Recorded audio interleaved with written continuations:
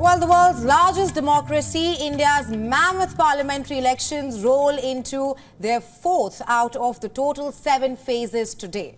All right, all eyes are on the southern states of Andhra Pradesh and Telangana. Voting is taking place in 96 seats across 9 states, 1 union territory. Simultaneously, polls are also taking place for 175 assembly seats for Andhra Pradesh and 28 assembly seats in the eastern state of Odisha.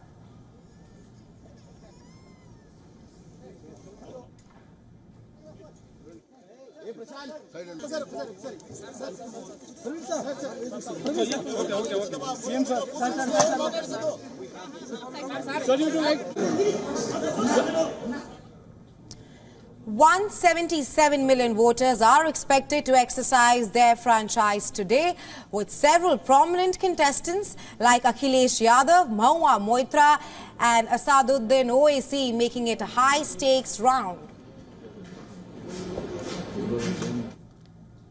The polling will take place in all the 25 constituencies of Andhra Pradesh, 17 seats in Telangana. Apart from these southern states, polls also taking place in 13 seats in Uttar Pradesh, 11 in Maharashtra, 8 constituencies each in Madhya Pradesh, and West Bengal, 5 seats in Bihar, 4 each in Jharkhand and Odisha, and 1 seat in Jammu and Kashmir.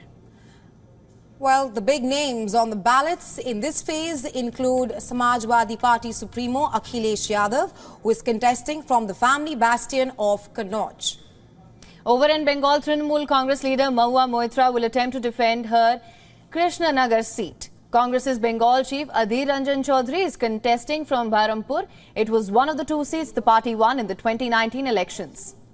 And he is up against ex-Indian cricketer Yusuf Pathan, who joined the TMC in March. Well, further south in Telangana, AIMIM chief Asaduddin Owaisi will be battling a high-profile clash for the Hyderabad seat that has been in his family since 1984, when his father won it as an independent contestant.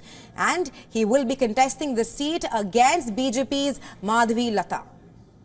While in Andhra Pradesh, a fight within the family is brewing. Chief Minister Jagan Reddy's sister, while Sharmila leads the Congress's charge, she is contesting the seat against her cousin and sitting MP YS Avinash Reddy. After the completion of today's vote, the general elections will have crossed the halfway stage, with polling completed for 381 of the lower house's total 543 seats.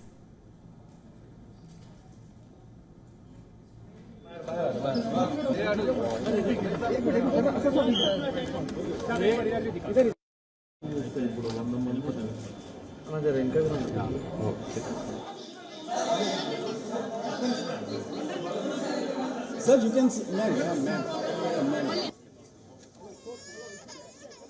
India's mammoth parliamentary elections roll into the 4th phase of the total 7 phases today. Voting is underway. All eyes this time on the southern states of Andhra Pradesh and Telangana.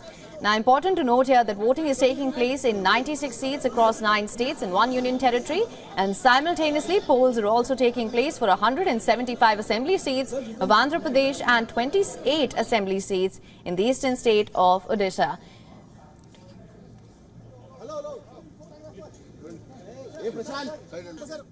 And as we mentioned earlier, we have our reporters fanned out across key locations in the country.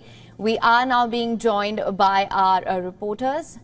We are joined by Siddharth MP, who is joining us from South India, and of course from Idris Loan from Srinagar. Thank you so much for joining us, both of you. Siddharth, I want to come to you first. 25 seats in Andhra Pradesh. Talk to us about the high-octane face-off in Andhra Pradesh today. So Andhra is a very interesting state because of the fact that there's simultaneous Lok Sabha and Assembly elections. So in 2014, Andhra saw a win by the Telugu Desam Party, TDP, which of course was part of the then NDA. It was led by Chandrababu Naidu. And in 2014, they won, but their fortune slid in 2019. In 2019, Chandrababu Naidu contested alone and he was not with the NDA. And in 2019, it was the YSR Congress Party that swept to power both in the Assembly elections and also got a good number of seats in the Lok Sabha. So this is actually what changed the fortunes in favor of incumbent Chief Minister Jagan Mohan Reddy. So he hopes to get a second term in a row in the Assembly. So that's the key battle and issue in Andhra Pradesh, where Jagan Mohan Reddy is looking to get a second term.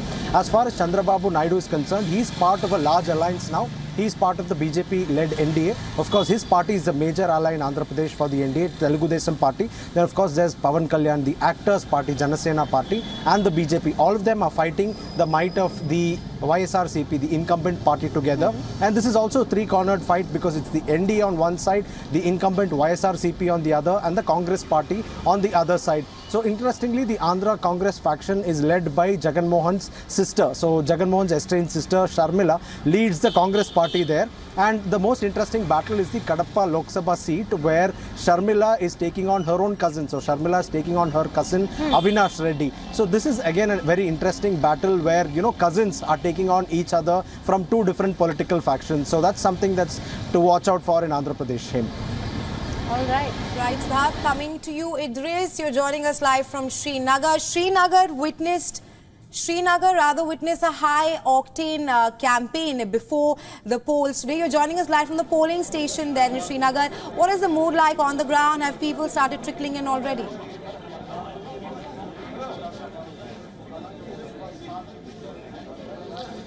Well, absolutely. We saw a lot of excitement during the campaigning in the last 1 month, and that is actually being translated on the ground right now. We are in one of the polling stations, and I'll ask my cameraman to pan and show you. There are huge queues and lines of people in various parts of the Srinagar city who have already landed at the polling station to cast their vote. This time we did see a lot of excitement, especially in those areas which were a no-go zone areas in the earlier times.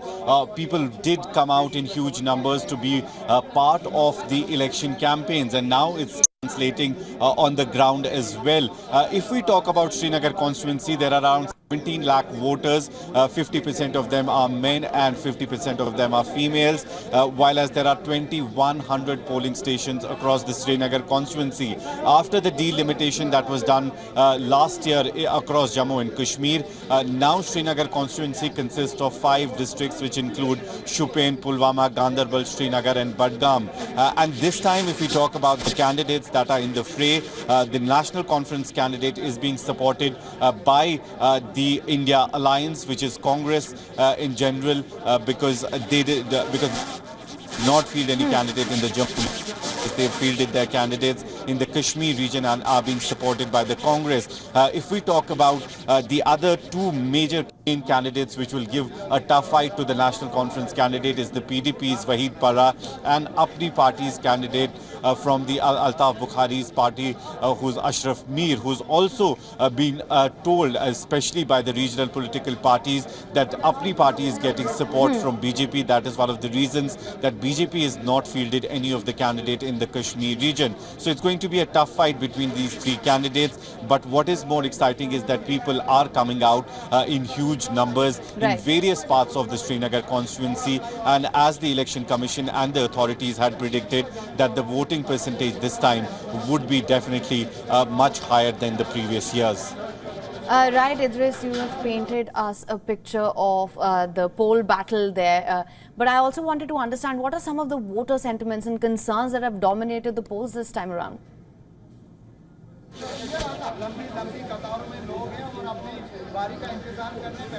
As it is the first election after the abrogation of Article 370, it's to be seen that what exactly would translate into whether people will vote for the development that has taken place in the last 5 years across Jammu and Kashmir, especially if we talk about Srinagar, which has been converted into a smart city, and there's been a lot of development with regard to roads and other infrastructures.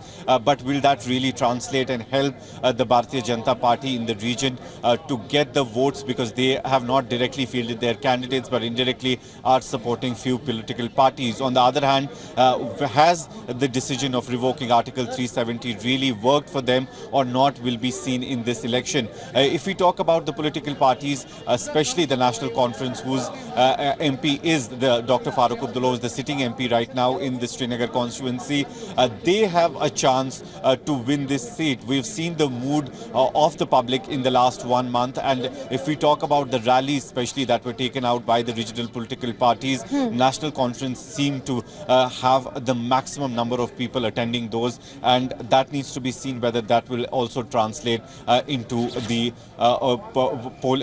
at the polling station or not. Right, Idris, coming to you, Siddharth, all 17 seats in Telangana will also go to polls today. Talk to us about the three-cornered fight between Congress, BRS and the BJP in the state. See, Telangana is a very peculiar case right now because the way the state has evolved over the last couple of elections is very, very important. So generally there's a perception that down south the BJP has a stronghold only in Karnataka. But you know, now Telangana features second on that list because last parliamentary poll in 2019, BJP bagged almost 25% of the seats that are up for grabs in Telangana. That is, they got 4 out of 17, which makes it 1/4 or 25%, right? So for the BJP, this is a major achievement because they're able to breach another state down south, a region where generally they have not had a great deal of support outside of Karnataka. So this time the BJP has set themselves a loftier goal where they'd want to get at least half the seats, which is 8 or 9 seats. Once they get that, they can say they've arrived in Karnataka. So that's, I mean, I beg your pardon, they can say that they've arrived in Telangana. They're already there in Karnataka in a big way. So they can say that, you know, they've arrived in Telangana once they breach the halfway mark, at least 8 or 9 seats if they get this time around. They can certainly claim that, you know, the second seat, the second state down south, it's actually there in their pocket. So that's something that the BJP can claim if things work in their favor.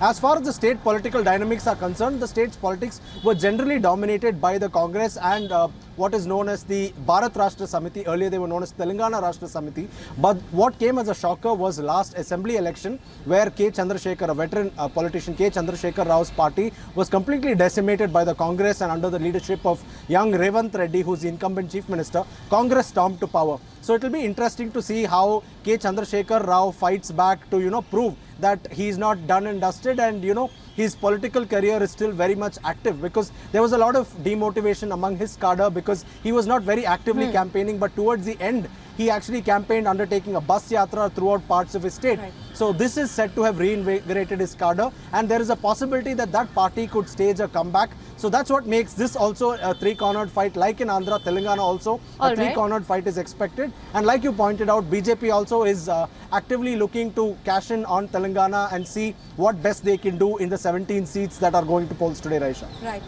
Right, Siddharth and Idris, for joining us on the show and getting us insights from ground zero there. We'll of course be tracking phase 4 of the polls very closely with the two of you.